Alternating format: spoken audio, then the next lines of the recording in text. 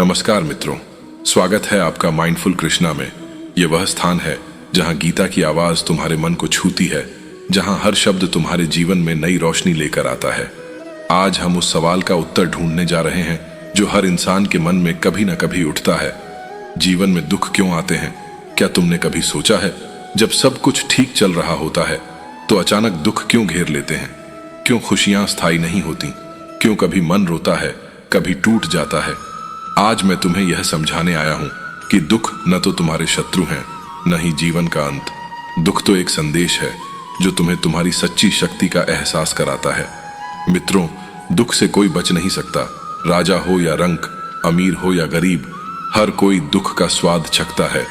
मात्रा स्पर्शास्तु कौन्तेय शीतोष्ण सुख दुखदा आगमा पाइनो नित्यास्थान स्थिति क्षस्व भारत।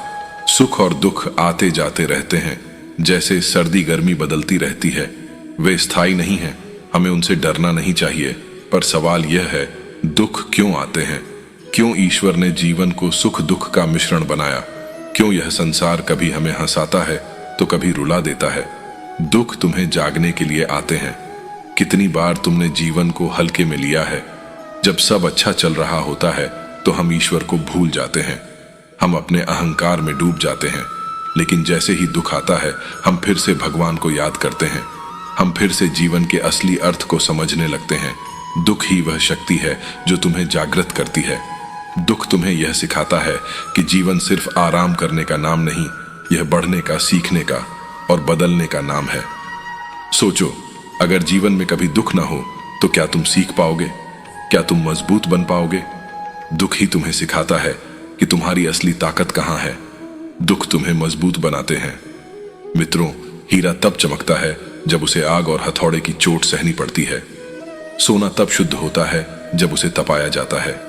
ठीक वैसे ही तुम्हारा जीवन तब महान बनता है जब तुम दुखों की परीक्षा पास करते हो। सम दुख सुखम धीरम सोमृतत्वाय कल्पते, मतलब जो इंसान सुख और दुख में समान रहता है वही सच्चा ज्ञानी है। दुख तुम्हें धैर्य सिखाता है, यह तुम्हें अंदर से मजबूत बनाता है। तुम्हारा आत्मविश्वास तब असली होता है जब तुम कठिनाइयों से जूझते हुए खड़े रहते हो। दुख तुम्हें तुम्हारे कर्म का फल दिखाते हैं। मित्रों, गीता कहती है, कर्मणो ह्यपि बोद्धव्यम बोद्धव्यम च विकर्मणः, मतलब तुम्हारे हर कर्म का परिणाम है। कभी कभी जो दुख आता है वह तुम्हारे पिछले कर्मों का फल होता है। यह सजा नहीं है, बल्कि एक सीख है कि तुम आगे कौन सा रास्ता चुनोगे। जैसे खेत में बीज बोए जाते हैं, वैसे ही तुम्हारे कर्म बीज की तरह होते हैं। अच्छे बीज बोओगे तो फल मीठे होंगे, गलत कर्म करोगे तो दुख का स्वाद चखना पड़ेगा। लेकिन यह दुख तुम्हें बदलने का मौका देता है। दुख तुम्हें करुणा सिखाते हैं। क्या तुमने ध्यान दिया है, जो इंसान खुद दुख सहता है वही दूसरों का दर्द समझ पाता है। दुख तुम्हारे भीतर करुणा जगाता है। यह तुम्हें इंसानियत का असली अर्थ सिखाता है। अगर तुम्हारे जीवन में कभी कठिनाई ना आए तो तुम दूसरों की मदद करने की ताकत नहीं समझ पाओगे। याद रखो, दुख सिर्फ तुम्हें नहीं बदलता, यह तुम्हारे दिल को भी बड़ा बनाता है। दुख अस्थाई है।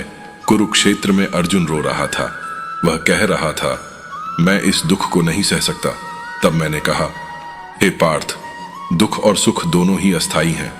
वे आएंगे और चले जाएंगे। तुम उनके गुलाम मत बनो, तुम अपने धर्म का पालन करो।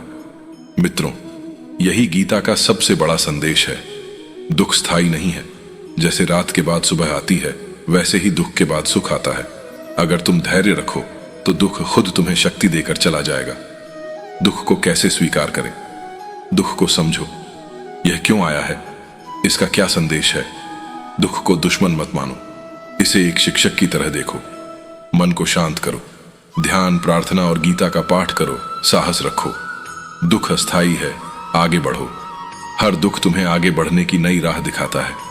सोचो, अगर अर्जुन ने युद्ध का दुख देखकर हार मान ली होती तो धर्म की जीत कैसे होती?